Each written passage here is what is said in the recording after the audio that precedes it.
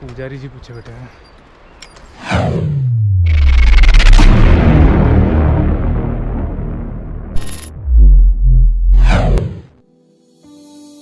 प्रकृति के मनोरम दृश्य में जो आनंद है वो आनंद आपको कहीं और नहीं मिलेगा। वैसे ये बात सच भी है, आपने खुद भी कभी ना कभी ये एक्सपीरियंस किया होगा अपने जीवन में। इस जगह को भी देख लो, यहाँ के आसपास के सराउंडिंग्स को ही देख लो। इस जगह में एकांत में बैठने में जो आनंद है वो आनंद आपको कहीं और नहीं मिलेगा। एनीवेज, वैसे मैं यहाँ पे आपको किसी प्रकृति के बारे में डिस्कशन कराने नहीं लाया हूँ। मैं यहाँ पे आपको एक सफ़र के बारे में बताने आया हूँ जो मैंने हाल ही के दिनों में किया था, एक बहुत ही खूबसूरत जगहों की ओर। जैसा कि हाल ही के पिछले 2 वीडियो में हुआ था, इस सफ़र की शुरुआत हमने की दामनजोड़ी से। वैसे दामनजोड़ी एक बहुत ही खूबसूरत सा जगह है, खूबसूरत सा टाउन है। इस टाउन के बारे में आपको कभी दर्शन करवाएंगे फुल डिटेलिंग के साथ। सीरीज़ बाय सीरीज़ सब कुछ हम कवर करेंगे, चिंता करने की कोई आवश्यकता नहीं है। अभी फ़िलहाल के लिए आगे बढ़ते हैं। जैसा कि हर सफ़र के शुरुआत में होता है, हम ये सोच के निकलते हैं कि हमें रास्ते एकदम खाली खाली मिलेंगे ताकि हमारा जो सफ़र है वो आसानी से व्यतीत हो जाए। लेकिन ऐसा होता नहीं है, क्योंकि हमें रास्ते में कभी ना कभी थोड़ा बहुत ट्रैफिक तो मिलेगा ही मिलेगा। और इस सफ़र में आपको ट्रैफिक का सामना सिमलीगुड़ा टाउन में करना पड़ेगा। वैसे चिंता करने की कोई बात नहीं है, क्योंकि बस 5-6 मिनट का रास्ता आपको ट्रैफिक में बिताना पड़ेगा। उसके बाद आपको रास्ते अच्छे ही मिलेंगे। क्या हुआ, विश्वास नहीं हो रहा है? आप खुद ही देख लो। कुछ इस तरह का रास्ता आपको देखने को मिलेगा, काफ़ी स्मूथ और काफ़ी साफ़। सफ़र करने वाले का तो दिन ही बन जाएगा इस तरह के रास्तों में ट्रैवल करते वक्त। काफ़ी सारी सीनरीज़ आपको देखने को मिलेंगे रास्ते भर। आप चाहो तो थोड़ा बहुत समय बिताकर रास्ते में रुककर फ़ोटो वगैरह खींच सकते हो। फ़ोटो खींचने का ज़माना है, फ़ोटो उठाना तो बनता ही है, वरना इंस्टा पे लाइक कौन करेगा। एनीवेज, वैसे काफ़ी सारी इस तरह की रोड्स आपको देखने को मिलेंगे इस कोरापुट एरिया में, जो कि बहुत ही ज़्यादा स्मूथ है और जो कि आपके सफ़र को और भी ज़्यादा सुहाना और आसान बना देती है। और सफ़र का मज़ा या फिर कहो सफ़र का आनंद हमेशा आपको इसी प्रकार के रास्तों में ही आता है। अब आप कुछ समय के लिए इस रास्ते को और इसके आसपास के लैंडस्केप को एंजॉय कीजिए।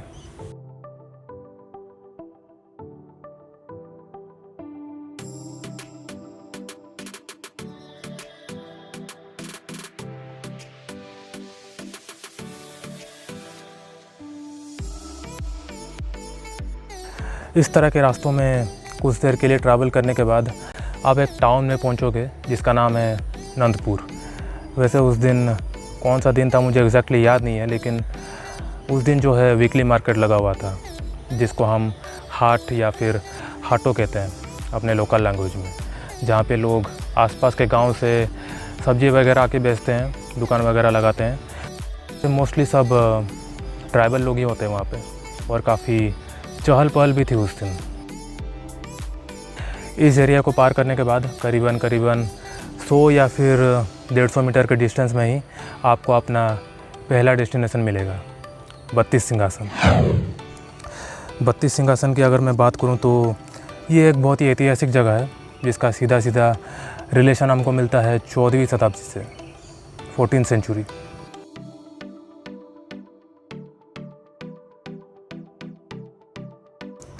उज्जैन के एक राजा हुआ करते थे, राजा विक्रमादित्य। उनका इस टाउन से बहुत ही अच्छा रिलेशन हुआ करता था, इस नंदपुर टाउन में। तो माना जाता है कि जब भी वो अपना सिंहासन लगाते थे, इन 32 सीढ़ियों के ऊपर जो जगह है वहाँ पे लगाते थे और सत्य और न्याय का शासन करते थे। तो इसी वजह से यहाँ का नाम रखा गया है 32 सिंहासन। इन सीढ़ियों में चढ़ते वक्त आप उन दिनों को याद कर सकते हो जब राजा यहाँ से बहुत ही शान से जाते होंगे अपने सिंहासन की ओर। वैसे अभी यहाँ पे कोई सिंहासन वगैरह नहीं है, लेकिन एरिया थोड़ा सा खाली पड़ा हुआ है वहाँ पे, लेकिन आप जा सकते हो ऊपर तक। अभी वहाँ पे आपको एक देवी माँ का मूर्ति मिलेगा जहाँ पे पंडित जी आके पूजा वगैरह करते हैं। आप चाहो तो वहाँ पे पूजा वगैरह कर सकते हो, फूल अर्पित कर सकते हो, भोग चढ़ा सकते हो, ये आपके ऊपर डिपेंड करता है। आप चाहो तो वहाँ के प्रीमाइसेस में भी घूम सकते हो। काफ़ी सारे पेड़ पौधे आपको देखने को मिलेंगे वहाँ पे और काफ़ी सुकून सा अनुभव भी होगा आपको वहाँ पे। यज्ञ और हवन कुंड भी बनाए गए हैं जहाँ पे यज्ञ वगैरह का आयोजन किया जाता है। तो ये सब कुछ एरिया आपको वहाँ के आसपास देखने को मिलेगा। कुछ कॉलेज स्टूडेंट्स वहाँ पे आए हुए थे घूमने के लिए, तो उनसे भी हमारी मुलाकात हुई और थोड़ी बहुत बातचीत भी हुई। आप लोग कहाँ से हो? नागपुर। 10-15 मिनट मेरी उनसे वहाँ पे बातचीत हुई और वैसे पूरा वार्तालाप तो मैं यहाँ पे नहीं दिखा सकता, वरना फिर वीडियो का जो लेंथ है वो लंबा हो जाएगा। तो बिना देर के अपना जो दूसरा डेस्टिनेशन है वहाँ चलते हैं और देखते हैं कि वहाँ हमें क्या देखने को मिलता है। Let's go. और उसके बाद शुरू होती है आगे की जर्नी अपने अगले डेस्टिनेशन की ओर, जो कि एक बहुत ही खूबसूरत जगह होने वाली है। वैसे उस जगह का नाम आपने पहले ही वीडियो के टाइटल में पढ़ ही लिया होगा, तो सस्पेंस रखने का कोई बात नहीं है अभी। लेकिन अगर रास्तों की बात करूँ तो आपको कुछ इस तरह के रास्तों में से गुजरना पड़ेगा। घरों के बीच में से एक गली है, वहाँ से आपको गुजरना पड़ेगा। वैसे रास्ते लगभग ठीक ठाक ही हैं, गाड़ियों की आवाजाही के लिए कोई दिक्कत नहीं होगी। लेकिन अगर दोनों ओर से गाड़ी आने जाने लगे तो थोड़ा बहुत दिक्कत हो सकता है इस गली में से गुजरने में, लेकिन बस थोड़े समय के लिए। उस गली से निकलने के बाद आपको कुछ इस तरह का रास्ता मिलेगा। करीब 1 किलोमीटर के डिस्टेंस तक आपको इस प्रकार के रास्तों में से गुजरना पड़ेगा, कुछ इस प्रकार के प्राकृतिक दृश्यों के साथ। और जैसे ही आप अपने अगले डेस्टिनेशन के थोड़ा सा करीब पहुंचोगे, आपको 100-200 मीटर तक थोड़ा सा कच्चा रोड मिलेगा। लेकिन ये उस टाइम की बात है जब मैं वहाँ गया था। अब शायद वहाँ पे रोड डेवलप हो गए होंगे, क्योंकि उस टाइम वहाँ पे रोड का जो कंस्ट्रक्शन है वो चल रहा था। बहुत बड़े एरिया में आपको पार्किंग के स्पेसेस मिल जाएंगे, तो आपको कोई दिक्कत नहीं होगी आपके गाड़ी को पार्क करने में। खाने वगैरह की चीज़ें आपको स्टार्टिंग में ही मिल जाएंगे। खाने की चीज़ें इन द सेंस की चिप्स, बिस्किट, कोल्ड ड्रिंक्स, ये सब वहाँ मिल जाएंगे आपको दुकानों में। इसका मतलब आगे का जो ट्रैक है उसके लिए आप अपने आप को हाइड्रेटेड रख सकते हो और आपको आगे की ओर चलने में कोई दिक्कत नहीं होगी। और अब शुरू होती है आगे की जर्नी।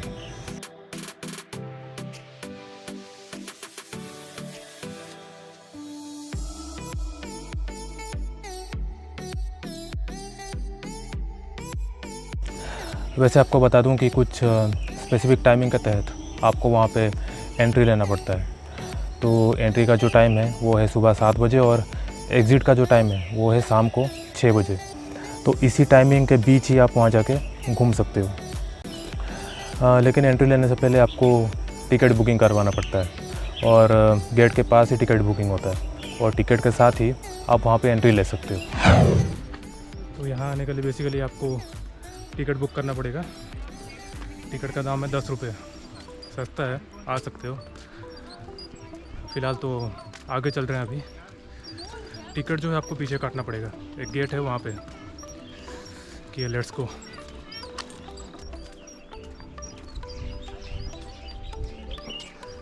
तो ये कुछ इस तरह का सीन है रास्ते का। साइड में पहाड़ वगैरह देख सकते हो आप। ओके, मेंटेनेंस वगैरह सब बढ़िया तरीके से हुआ है, देख के अच्छा लगा, नाइस।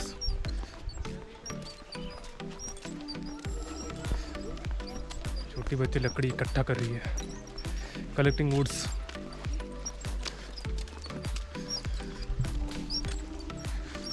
थोड़ा डिस्टेंस से चलना पड़ेगा आपको। जैसा कि मैंने पहले मेंशन किया था, वाटरफॉल का जो डिस्टेंस है वो थोड़ा ज़्यादा है। अगर अनुमान लगा के बताऊं तो करीब 400 450 मीटर का डिस्टेंस होगा, लेकिन कोई दिक्कत वाली बात नहीं है। आप आराम से इस ट्रैक को कंप्लीट कर सकते हो अगर आप कंप्लीटली फिट एंड फाइन हो तो। साथ ही साथ आप अपने आसपास के सराउंडिंग्स को भी एंजॉय कर सकते हो, जो कि आपके थकान मिटाने में आपकी हेल्प करेगा। और अगर थकान ना मिटे तो दुकान वगैरह से जो आपने कोल्ड ड्रिंक्स वगैरह ख़रीदा होगा उसका यूज़ करके आप अपना थकान मिटा सकते हैं। हमने भी वही किया अपना थकान मिटाने के लिए, और दृश्य आपके सामने ही है। तो अगर आप चाहो तो यहाँ पे भी बेसिकली आराम कर सकते हो। थोड़ा सा छाँव वाला एरिया है, इनके पास आराम कर सकते हो। ओके, तो हमने तो आराम कर लिया। अब हम आगे चलते हैं। ठीक है, चलो।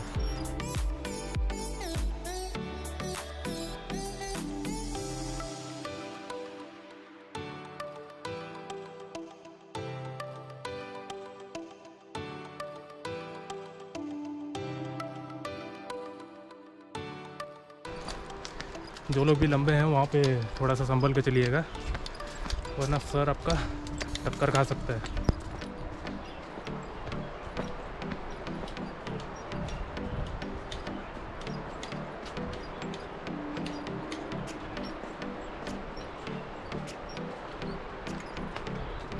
पुजारी जी पीछे बैठे हैं, अगर आप चाहो तो उनको भी दान दे सकते हो पूजा पाठ के लिए।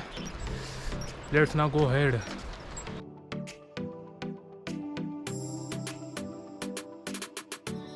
और जैसे ही आप वाटरफॉल के और करीब पहुंचने लगते हो, जो पानी का बहाव है वो आपको सुनाई देने लगता है, और काफ़ी एक अलग सा फीलिंग होता है वो जब आप इस तरह की आवाज़ सुनते हैं, वो भी पहाड़ों के बीच से।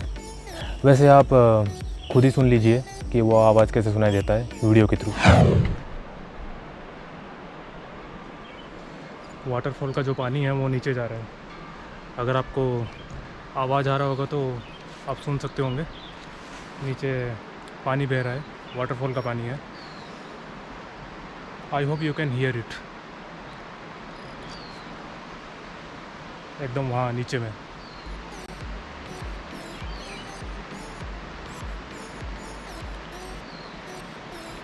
नीचे जाने का भी रास्ता है, लेकिन कहाँ है वो मुझे नहीं पता,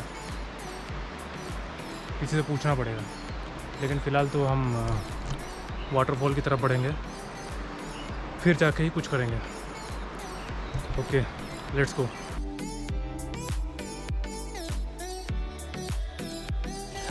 कुछ समय के बाद फिर सीढ़ियाँ शुरू हो जाती है, और इन सीढ़ियों के ज़रिए आपको कुछ समय के लिए फिर चलना पड़ता है।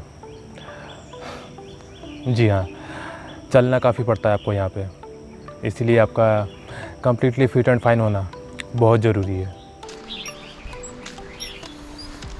आपको तक कुछ बहुत चलते पड़े हो ना।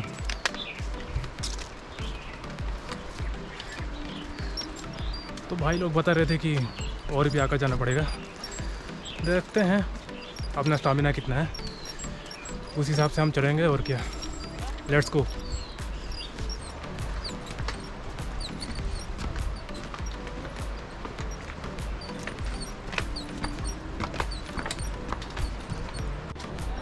तो सीढ़ियाँ जो है फिर से शुरू हो गई हैं, फिर से चढ़ाई करने पड़ेगा हमको। ओके, बहुत ऊपर तक है सीढ़ी, चढ़ाई है काफ़ी।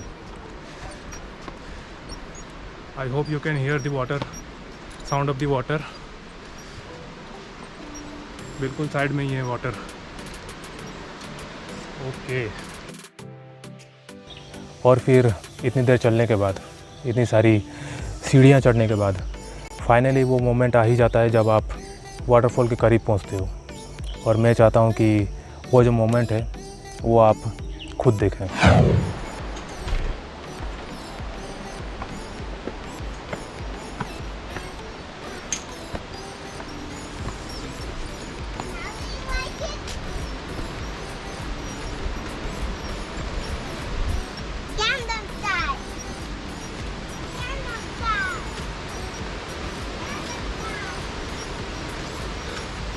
आज वेडनेसडे है, इसलिए लोग काफ़ी कम आए हैं। वैसे फ़िलहाल हम पहुंच गए हैं वाटरफॉल के पास। I can see it. over there.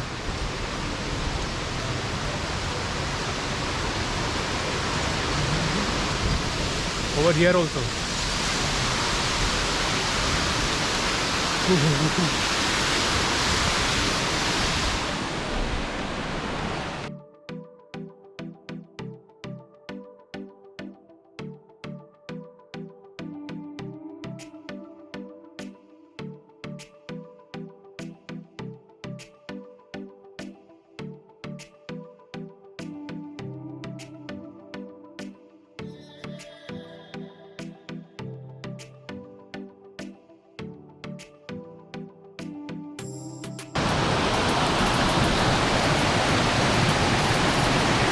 तो एकदम वहाँ पानी यहाँ से बह के नीचे तक जा रहा है।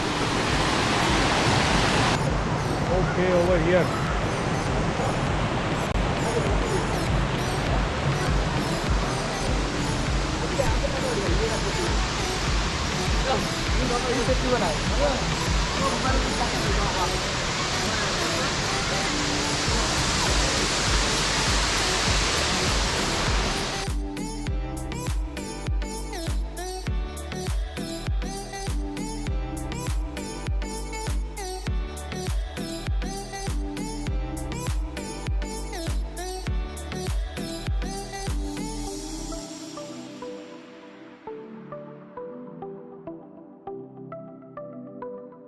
आखिरकार अपने गंतव्य स्थल पर पहुंचकर जो खुशी मिलती है वो खुशी कुछ अलग ही होती है।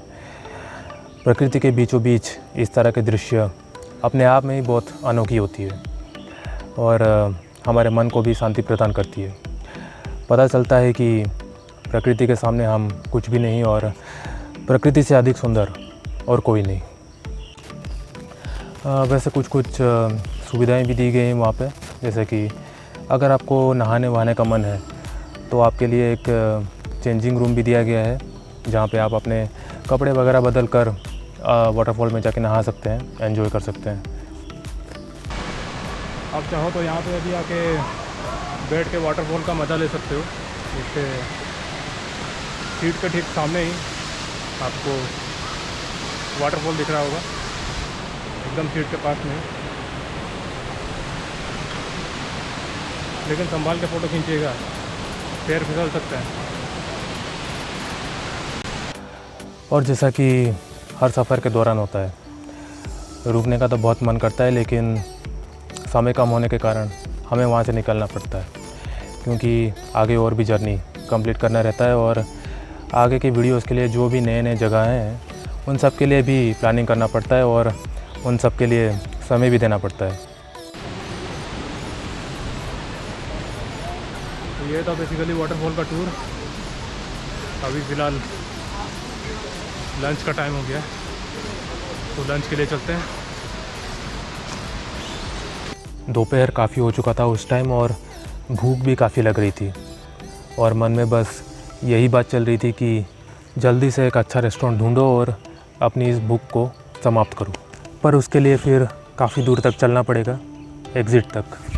लेकिन वापस लौटना थोड़ा सा इजी लगा मुझे, क्योंकि बस सीढ़ियों से उतरना पड़ेगा आपको और बाकी का रास्ता थोड़ा सा ढलान है, तो रिटर्न करना थोड़ा सा इजी लगता है। कुछ भाई लोग वहाँ पे आए हुए थे ग्रुप में, वहाँ पे घूमने के लिए, और उनसे हमारी वहाँ पे थोड़ी सी अच्छी दोस्ती हो गई घूमते घूमते। इसीलिए वो लोग मुझे वहाँ पे अपने साथ लंच करने के लिए इनवाइट कर रहे थे। लेकिन मेरा लंच का प्लान कहीं और बन गया था पहले से ही, तो मैंने उनको पोलाइटली मना कर दिया।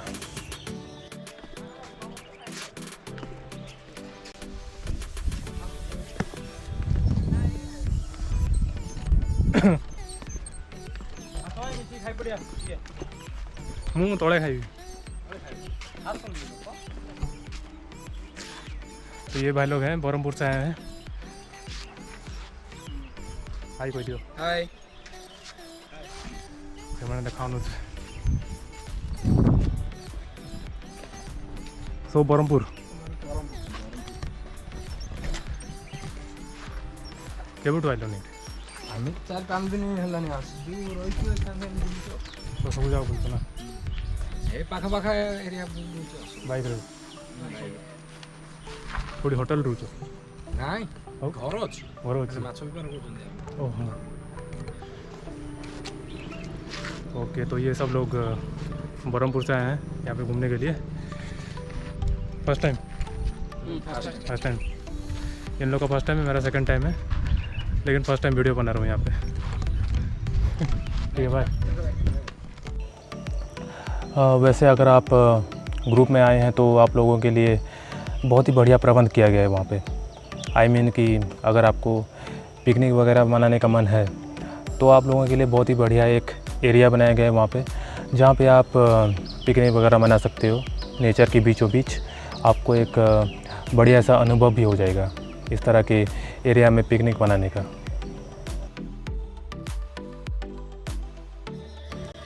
तो ये था कुछ डिटेल्स, कुछ इन्फॉर्मेशन मेरी तरफ से इस जगह के बारे में, जो कि आपके काम में आ सकता है अगर आप इस तरह के एरिया में घूमना चाहते हो तो मेरी तरफ से बस इतना ही था, मेरी इस सफ़र की कहानी। आशा करता हूँ कि आपको मेरी इस सफ़र की कहानी पसंद आई होगी। और वैसे जाते जाते एक महान इंसान की कहावत मुझे याद आ गई। मैं चाहता हूँ कि आपके सामने मैं वो फरमाइश करूँ, किसी दिन हम किसी की याद बन के रह जाएंगे, और इससे पहले कि हम किसी की याद बन जाएं इस दुनिया में, वक्त रहते जो भी यादें हैं आपके आसपास उन सबको यादगार बना लो। बस इसी नोट के साथ आपसे विदा लेता हूँ। आशा करता हूँ कि आपको ये वीडियो पसंद आया होगा, और अगर पसंद आया है तो इसे लाइक, शेयर और सब्सक्राइब करना मत भूलना।